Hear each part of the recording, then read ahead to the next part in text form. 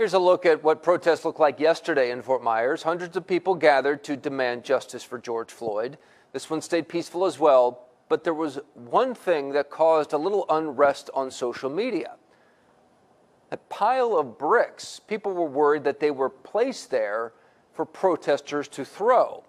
NBC2's Alex Howard is debunking the rumors.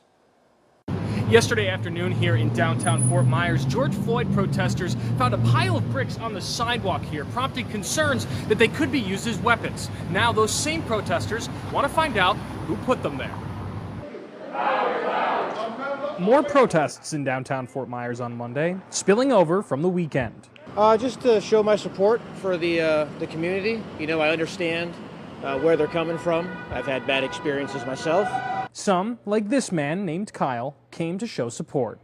But people were peaceful and they were trying to get their message across. But amid the protests on Sunday, he noticed this, a neatly stacked pile of loose bricks outside the U.S. courthouse.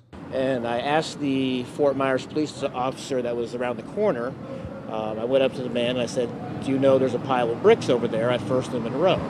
And he responded to me, "Are you asking me or are you telling me?" And he said, "Well, that's what they like to use to, throw at windows."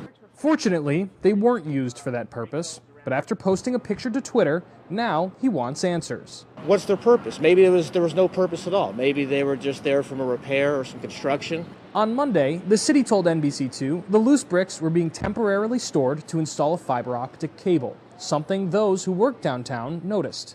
The bricks have been here for a long time. I first noticed them when they started repairing them along the sidewalk, and it's a sad coincidence that there's rioting and people noticed the pile of bricks, but I've been seeing them for a long time. Still, later that afternoon, the bricks were removed. To get them out of the way, there's no need to have projectiles when things are getting hostile. In Fort Myers, Alex Howard, NBC2. One story that is continuing to alarm citizens around the country, the mysterious appearance, get this, pile of bricks literally being stationed near the sites where these protests and riots ultimately become. They're staging it.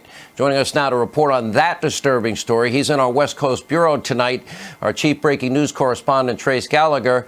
So they're literally staging weapons that they're going to use that evening to throw the bricks at the cops, Trace? Is that how we interpret that? Because that's what it looks like. Yeah, that's the belief, Sean. I mean, you have these piles of bricks and rocks showing up, as you said, near the various protest sites in cities like New York, Kansas City, Dallas, Fayetteville, North Carolina, and none of the sites are near construction areas, leaving many to assume the bricks were planted by outside agitators specifically to stir up trouble. In fact, the New York Police Department says it has evidence that anarchist groups were pushing the protest toward violence and vandalism. Federal law enforcement officials say the violence points to far left groups like Antifa. Others say far right groups might also be involved. And many of the looters don't need to be supplied with bricks and rocks because they show up with their own tools in hand, well prepared to destroy property. Police in Minneapolis also found caches of stolen vehicles and incendiary devices in areas where numerous fires have broken out.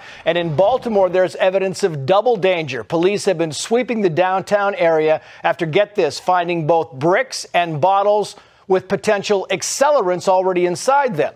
But instead of being left out in the open piles, these potential weapons are kind of being hidden in small areas, though it's unclear if they are associated with the protests or groups on either side of the spectrum. Sean. All right, Trace Gallagher, thank you for that report. Yep.